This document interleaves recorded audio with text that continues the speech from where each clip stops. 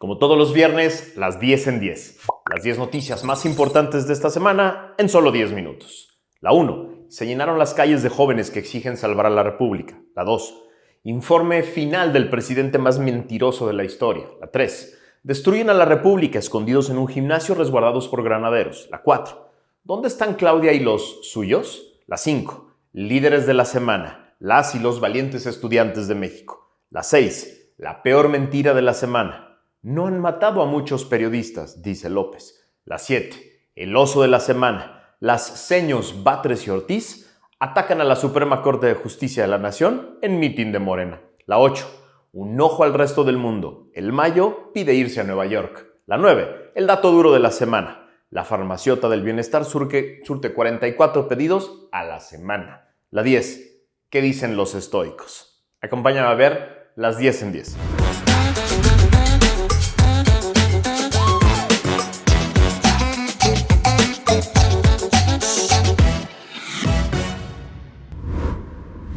La 1. Se llenaron las calles de jóvenes que exigen salvar a la República. El domingo 1 de septiembre, el domingo pasado, decenas de miles de jóvenes llenaron las calles de Reforma y alrededores para exigir que el obradorato no mate sus sueños profesionales. Alrededor del Ángel, desde muy temprano, se fueron juntando miles de estudiantes de todas las escuelas de derecho del país, públicas y privadas, con diferentes carteles y arengas. Estaban ahí también los valientes trabajadores del Poder Judicial, que seguro se sintieron arropados por miles de jóvenes que portaban pancartas, reclamaban justicia y gritaban: el Poder Judicial no va a caer. En el camino encontré a varios de los mejores abogados de México, ministros en retiro, jueces de todos los niveles, actuarios y secretarios de estudio y cuenta del Poder Judicial Federal con los que fui platicando. ¿Cómo carajos llegamos hasta aquí?, nos preguntábamos incrédulos. ¿Cómo es posible que hoy tengamos que salir a marchar para evitar la destrucción del poder que es la columna vertebral de una república? ¿Cómo permitimos llegar a este nivel de destrucción y voracidad del poder por parte del partido que ejerce el poder? Y así llegamos frente al Senado, el escondite de los sordos, la guarida de los ciegos, el lugar donde se esconden los paleros y traicioneros que no escuchan más que una voz, la de aquel que les permite sentarse en ese curul para sentirse relevantes, sin entender que no son más que simples empleados. Quienes estábamos ahí frente al Senado asumíamos que en ese edificio vacío no estaban los representantes del pueblo, no estaban las personas que nos representaban a nosotros, porque la mayoría de ellos estaban en el Zócalo, a esa misma hora, escuchando mentiras y aplaudiendo como focas al presidente más mentiroso de la historia. Entonces, ¿para qué marchamos? Para sentir y entender que la única alternativa somos nosotros, los ciudadanos. Yo no soy la oposición. Yo no me tengo que esperar a que el nacionalpopulismo proponga algo para yo oponerme. Yo quiero ser parte central de la construcción de una alternativa que convence a millones de que hay otro país posible, que tenemos que diseñarlo, tenemos que explicarlo, tenemos que informar a millones de mexicanos las enormes diferencias que hay entre el país de un solo hombre y una nueva y verdadera república democrática. Tenemos que hacer la chamba. No podemos pasar otros 6 años en debates binarios y absurdos de yo impongo y yo me opongo. Tenemos que ser la resistencia creativa. La 2. El informe final del presidente más mentiroso de la historia. Hay muy poco que decir sobre la fiesta de las mentiras del Zócalo del domingo pasado. La escena era la misma que hemos visto infinidad de veces durante este trágico sexenio. Un Zócalo lleno de acarreados, una zona VIP para los paleros más abyectos y un gran escenario para que el presidente más mentiroso de la historia hable de sus fantasías. Fue el último, finalmente. Sin más espacio para decir, el año que entra estará listo o ya mero lo logramos, salió a decir que pacificó al país, que creó el sistema de salud mejor del mundo, le dio la mejor educación pública a los mexicanos y acabó con la corrupción. Perdió todo el contacto con la distópica realidad que vivimos. Sus empleados aplaudían. Varios medios de comunicación masiva replicaron lo dicho como si fuera verdad. En sus nuevas mesas de análisis, los porristas del bienestar hablaban de esos grandes logros como si los mexicanos fuéramos todos unos pendejos y no pudiéramos ver la realidad. Se acaba el sexenio de López como empezó, lleno de mentiras y fantasías, y con una sociedad que aún no quiere abrir los ojos a la realidad. El 1 de octubre, López seguirá ejerciendo el poder, pero ahora lo hará en modo home office. La 3. Destruyen a la República escondidos en un gimnasio. resguardados por granaderos, si esos que ya no existían. Escondidos en un gimnasio, resguardados por estos granaderos que supuestamente ya no iban a existir, violando todos los procedimientos legislativos que pudieron sin tener claro quién estaba presente y quién estaba votando, sin diálogo alguno, despreciando estudiantes, abogados, jueces, ministros, magistrados, repudiando las súplicas de empresarios, inversionistas, socios comerciales, organizaciones internacionales. La manada de siervos de la nación del nacionalpopulismo obradorista aprobó una reforma constitucional que nunca leyeron, que no entienden y que destruye al Poder Judicial. Hay algo desesperantemente patológico en las formas, los modos, la prisa, la soberbia con la que han llevado este proceso. Insisten en que tienen el mandato de las urnas para destruir al Poder Judicial, pero eso es absolutamente falso. En una encuesta publicada por el periódico El Financiero, el 53% de los encuestados confirma que conoce poco o nada la reforma. La mayoría se pronuncia en contra de la elección de jueces y la mayoría cree que los ministerios públicos y las policías, que tienen pésima imagen frente al público, pertenecen al Poder Judicial, lo que es falso. Quizá por eso la prisa absurda, porque entienden que es una mentira absoluta que los mexicanos conocen su reforma y están de acuerdo con ella.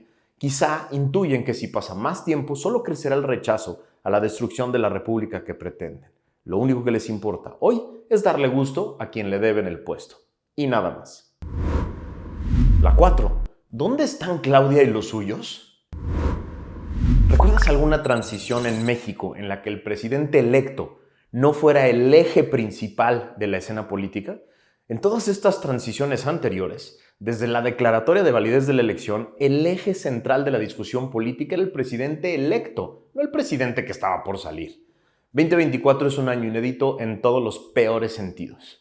Claudia superó a López por mucho, en porcentaje de votos y en votos totales. Y hoy, a 3 semanas de asumir el cargo formal de presidenta, nadie habla de ella. Nadie se ocupa de qué opina. Nadie le pregunta en serio sobre las reformas, porque todo el mundo sabe que su respuesta será lo que ya dijo mi jefecito.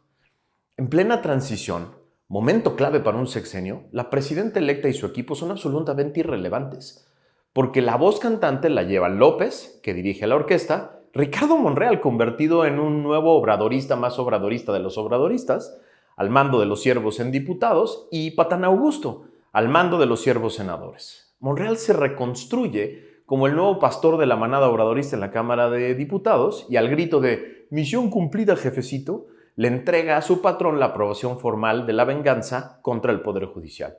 Patán Augusto no se quiere quedar atrás y está desesperado buscando al senador 86 que lo haga quedar bien con el jefe. ¿Y Claudia?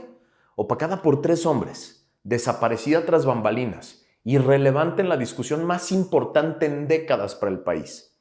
Yo no esperaba mucho más, la neta, pero hay quienes sí veían en ella un momento histórico que iba a llegar. Las expectativas son la plataforma de la decepción. Eso dice. La 5. Líderes de la semana. Las y los valientes estudiantes. Se siguen organizando por todo el país. Todo parece indicar que la marcha del domingo pasado fue solo el inicio de su movilización. Fueron abiertamente despreciados y rechazados por los legisladores del nacionalpopulismo obradorista que le cerraron la puerta en las narices. Insisten entre la secta de que se trata de niños fifís manipulados por la oposición. López así lo dijo, ya los atacó directamente desde la mañanera. No se dan cuenta de que se trata de jóvenes luchando por su futuro y por sus sueños, no por un hueso ni por un partido político. López surgió a la escena política y creció políticamente porque se puso del lado de las causas sociales más duras y relevantes del país. Las traicionó todas como presidente, cada una de ellas. Hoy decide sumar la traición a las causas de los estudiantes. Su ego frágil lo convence de que solo se trata de un puñado de jóvenes manipulados por los partidos o por el Poder Judicial. Su ego frágil le dice que no puede haber jóvenes que no lo amen, de no ser porque los engañaron o los compraron. Su ego frágil lo convence de que la mayoría de los jóvenes de México quieren estudiar en las universidades del bienestar, están felices con las dádivas del gobierno y no creen que la destrucción del Poder Judicial y de los órganos autónomos destruyan miles de sueños de desarrollo profesional que tienen. Yo creo que es un pésimo cálculo. Tenemos que apoyar de todas las maneras posibles a estos estudiantes, darles todos los foros y plataformas, replicar todos sus mensajes, aportarles todas las experiencias y conocimientos que podamos. Las y los estudiantes movilizados hoy son una luz de esperanza y por eso son los líderes de la semana en Factor Kaiser.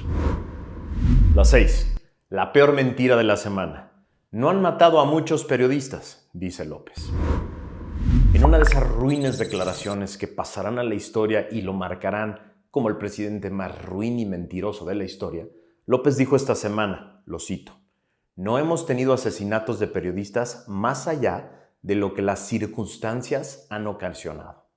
No me atrevo a interpretar el pequeño cerebro de este señor, pero supongo que intentó decir algo así como que los asesinatos de periodistas de sus sexenios son los normales, los comunes, los inevitables o algo por el estilo. Y esta es la peor mentira de la semana y la más ruin, porque según el conteo de la organización Artículo 19, han sido asesinados al menos 47 periodistas. Cito a Mariana Suárez, coordinadora de protección de Artículo 19. Hay una continuidad de la violencia contra la prensa y no solo no se está atacando, sino que está creciendo. Se agrede a una persona periodista cada 14 horas en México. Ni son comunes, ni son normales, ni son de las circunstancias, ni son inevitables, son una tragedia. Y tratar de minimizarlos con discursos o disculparse porque en otros sexenios también los mataban es una ruindad y una mentira burda. La 7. El oso de la semana. Las seños Batres y Ortiz atacan a la Suprema Corte en mitin de Morena. En un mitin organizado por Morena frente a la Suprema Corte de Justicia de la Nación, la ministra del Bienestar, la señora Ortiz, dijo, cito: "Yo soy fundadora de Morena a mucho orgullo. Fui propuesta por el presidente de la República para ser ministra de la Suprema Corte, distinción que le agradezco en infinito, y todas las resoluciones y votos que he emitido han sido en favor del pueblo". Cito a otra ministra: "Requerimos un poder judicial sometido a controles. El poder judicial no es propiedad de los jueces y ministros. El dueño es el pueblo", remató la señora Batres. Es decir, en un evento evidentemente partidista, frente al lugar donde cobran como ministras, fueron a echar un discurso sobre la pertinencia de la destrucción del poder judicial para luego hacer otro a modo, en el que habría justicia del bienestar impartido por ellas. Y así pretenden convencer a decenas de miles de estudiantes y trabajadores del Poder Judicial que todo esto es por ellos y por México. ¡Qué pinche perro oso! El de la semana. La 8. Un ojo al resto del mundo. El Mayo pide irse a Nueva York. Gracias a una nota del periódico Reforma del día de ayer, nos enteramos de que el Mayo Zambada se quiere ir a declarar a Nueva York. Cito: "El acusado ha notificado al gobierno que no desea oponerse a su traslado a Nueva York", informó ayer la Fiscalía a la juez Kathleen Cardone de la Corte para el Distrito Oeste de Texas. La Fiscalía agregó que ayer mismo solicitó a un juez de la Corte para el Distrito Oeste de Nueva York dictar un mandamiento para el traslado, tal y como había sugerido la juez Cardone, cuando se negó a agendar una audiencia en El Paso para informar a Zambada de los cargos en el tribunal neoyorquino. Zambada podía seguirse oponiendo al traslado, como lo hizo en un escrito el pasado 23 de agosto, pero cambió de opinión. Ojalá haya juicio muy pronto y que el señor cobre su venganza por la traición de su secuestro, platicándonos a todos todo lo que sabe. Vamos a poner veladoras para que esto suceda muy pronto. La 9. El dato duro de la semana. La farmaciota del bienestar surte 44 pedidos a la semana. En el festín de las mentiras del domingo pasado, López presumió la farmaciotota del bienestar como la gran solución al inhumano desabasto de medicinas que él mismo provocó. Esta es una de las peores mentiras del sexenio y de las más ruines. Gracias a una nota del portal Latinos nos enteramos de que la mega farmacia del bienestar atendió hasta junio pasado 1,155 pedidos, esto es 44 a la semana. Para dimensionar el fracaso, tan solo en 2023, de acuerdo con la radiografía del desabasto del colectivo Cero Desabasto, 7,5 millones de recetas no fueron surtidas efectivamente en el sistema público de salud de ese año. Es decir, subsanar este desabasto al ritmo de 44 a la semana, que aporta la megafarmacia, tardaría más de 170,000 semanas en resolver el problema que ellos provocaron. Dicho de otra manera, sin contar el gasto de operación y solo tomando en cuenta los 3,000 millones de pesos que costó instalarla, cada pedido surtido nos ha costado alrededor de 2,5 millones de pesos y faltan 3,000 años para atender a quienes se quedaron sin medicinas. Este es el dato duro, muy duro de la semana. La 10. ¿Qué dicen los estoicos? No te conviertas en aquello que aborreces. Decía Marco Aurelio en sus meditaciones, cita: "La mejor forma de venganza es no convertirte en la persona que te hizo mal". Cierro la cita. Es humano sentir coraje y hasta furia respecto de aquellos que nos hacen mal, que nos hacen daño. Es humano también imaginar diferentes formas de venganza para reparar el ego herido por los actos de otra persona.